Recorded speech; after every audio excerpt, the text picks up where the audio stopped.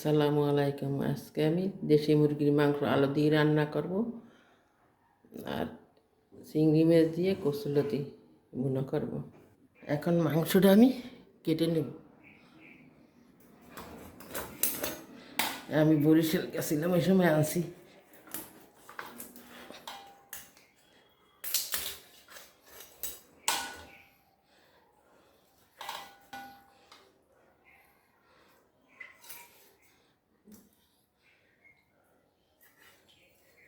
দেশি মুরগির মাংস বেশি বড় কাটবো না আমি।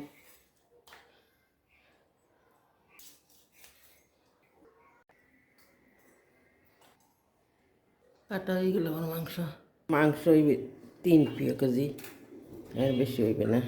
দিয়ে দেব আদা বাটা 1 টেবিল চামচ, পেঁয়াজ বাটা 2 টেবিল চামচ, রসুন বাটা 1.5 টেবিল চামচ, জিরে বাটা 1 চামচ, স্বাদ মতো লবণ, হলুদের গুঁড়া 1 চামচ, মরিচের গুঁড়া 1 টেবিল চামচ, ধনিয়ার গুঁড়া 1 চামচ। ধনিয়ার গুঁড়ি আমি বেশি দেব না। 2টা তেজপাতা,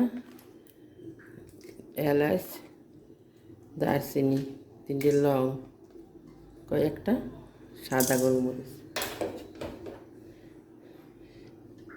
তেল দিয়ে দেবো আমি 2 টেবিল চামচের মতন। এখন আমি হাতে মেখে নেব ভালোভাবে।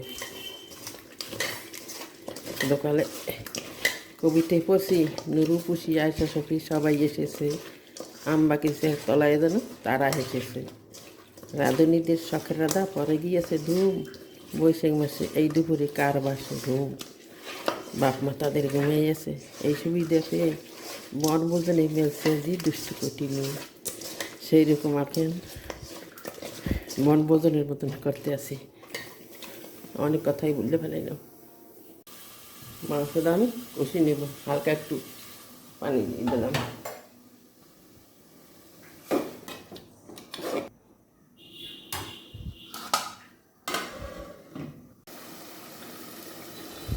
আমি দিয়ে দেবো একটা ছোটো সাইজের টমেটো। এই টমেটোটা দিলে এইটার স্বাদ অনেক বাড়বে।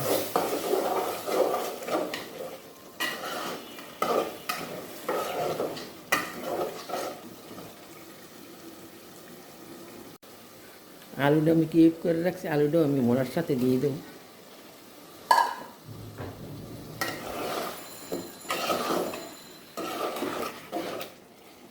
এইভাবে আমি 3-4 মিনিট জাল করে নেব। দিয়ে দেবো আমি এখন আর 1 চামচ জিরে বাটা। এই যে ফ্লেভারটা এগুলো অনেক ভালো হইবে।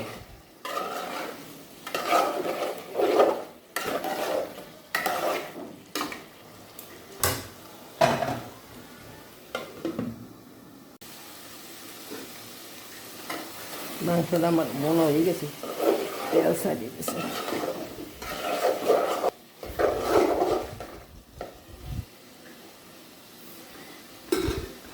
এখন আমি দিয়ে দেবো গরম পানি। আমি গরম করে রাখছিলাম।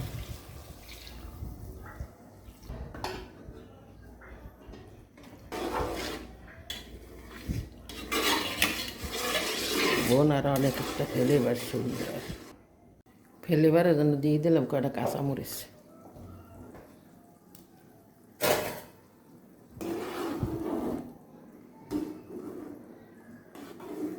মাংসটা আমার সেদ্ধ হয়ে গেছে প্রায়। এখন দিয়ে দেবো দেশি মুরগির আসল স্বাদ। এখানে জিরে বাটা, একটু এলাচ বাটা, একটু পেঁয়াজ বাটা, এইটা দিয়ে আমি 3-4 মিনিট জাল করে নেব। আমি আর ভাজা জিরের গুঁড়ি দেবো না। এইভাবে রান্না করে খেয়ে দেখো, স্বাদ দ্বিগুণ বেড়ে যাবে।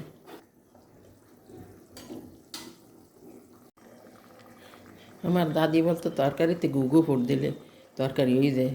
এই এই এই এই ফোটেরই কয় গুগু ফোট। আমার মাংস রান্না হয়ে গেছে, এখন আমি তুলে নেব। এখন আমি কচুরলতি দিয়ে উন্ন করে নেব। এখানে আমি তেল দিছি প্রায় এক টেবিল চামচের একটু বেশি দিয়ে দেবো চিংড়ি মাছটা একটু ভেজে নেব। পেঁয়াজ দিয়ে দিলাম 2 টেবিল চামচ। আমি হালকা একটু ভুনে নেব একসাথে। এই চিংড়ি মাছটা হালকা বোনা হয়ে গেছে, সুন্দর একটা ফ্লেভার। এখন দিয়ে দেবো আমি হলুদের গুঁড়া 1 চামচ, মরিচের গুঁড়া 1 চামচের একটু বেশি, লবণ, একটু পানি দিয়ে আমি ভালোভাবে মশলাটা কষেই নেব। মশলা আমার কষানো হয়ে গেছে, এখন দিয়ে দেবো আমি কসুরলতি।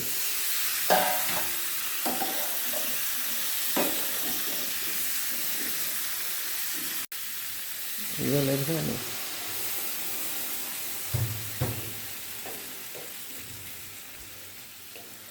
টমেটো দিয়ে দিলাম। এখন আমি ঢাকনা দিয়ে আস্তে আস্তে সিদ্ধ করে নেব। আমি দিয়ে দেবো ছোটো সাইজের একটি আলু।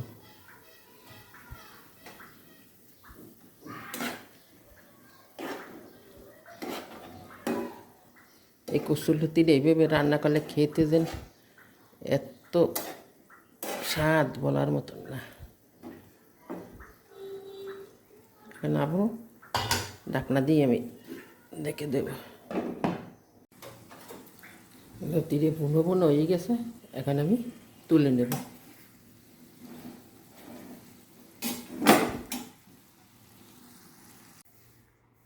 দেশি মুরগির মাংস দিয়া আলু রান্না, কসুরলতি চিংড়ি মাছ দিয়ে।